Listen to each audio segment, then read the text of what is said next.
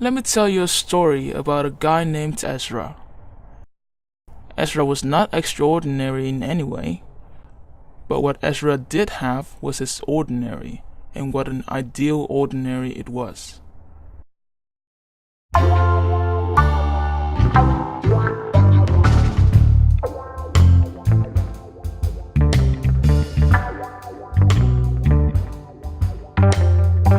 Ezra Young had just turned 21. He was not a genius, nor did he have superpowers, nor was he filthy rich. He had a standard haircut, wore glasses and had freckles, and he shopped for clothes at factory.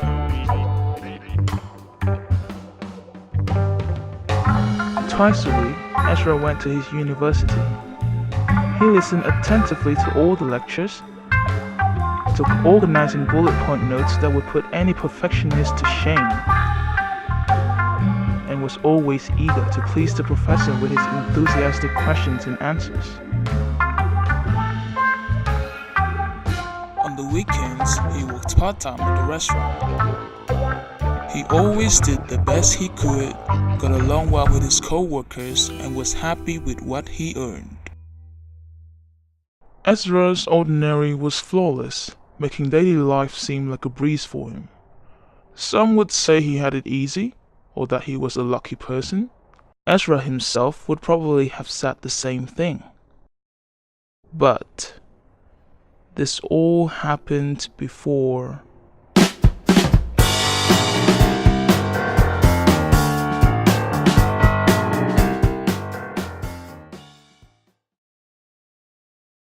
You see, my parents' upbringing had always circled around a very simple guideline. Everyone will love you if you're nice. And so that was exactly what I did, striving to be a good person all the time. As his family got harder and harder to please and acknowledgement turned scarce, Ezra became slightly obsessed about keeping his perfect image up. He began turning to others around him for appreciation and adoration.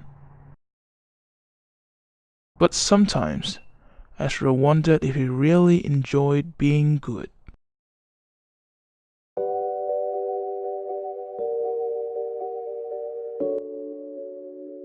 Take university for example.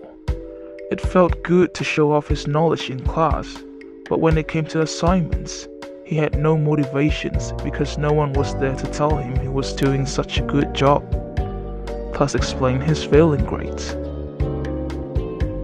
Or when he was at work, did he love the job itself, or did he just love being an excellent employee in society's eyes?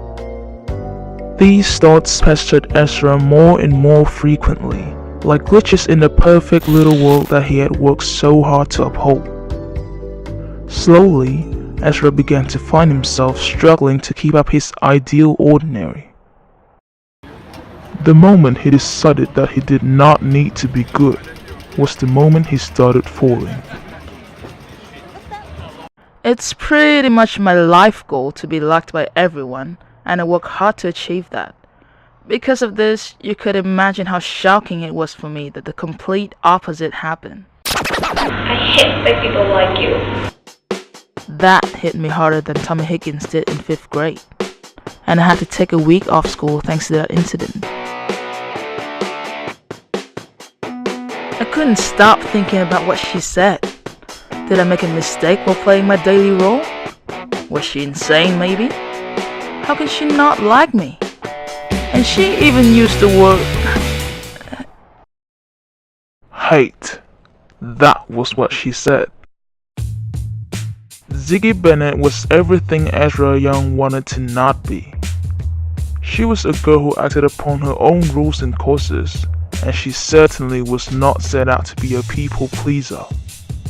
You could say she was bad, but she'd say she was just being herself.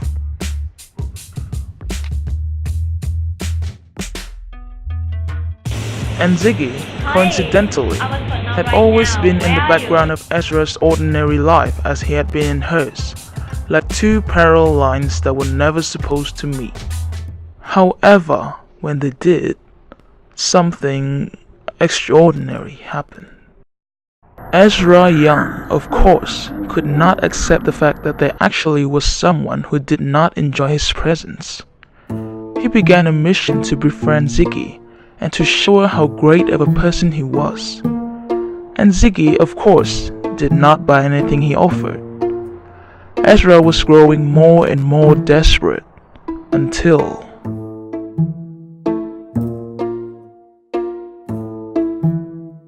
You know, he'd been following around like a puppy for the whole week. Does he move you or have anything with you?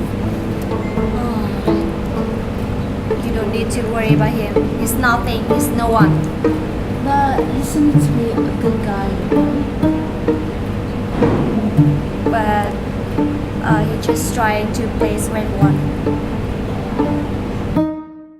Ezra realized that he'd been good for so long, he'd forgotten what it felt like to be Ezra. It started out simple. Whenever I was going out of my way to do something for someone else, I began to ask myself, do I really care about this person? Or is it just to make me feel good? At first, I was still trying to convince myself that I really cared. But then slowly, I came to realize that I was wrong. From the look of others, his rebellion act was not obvious, but changes did not go unnoticed.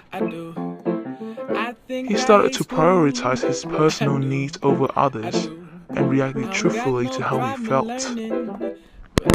He took time off his school and work whenever he felt like needing a break, and he started doing whatever he was interested in regardless of the consequences or even legality.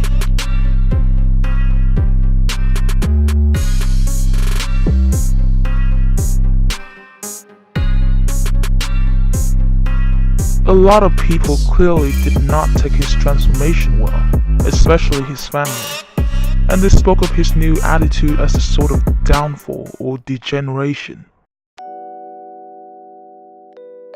But Ziggy surely did.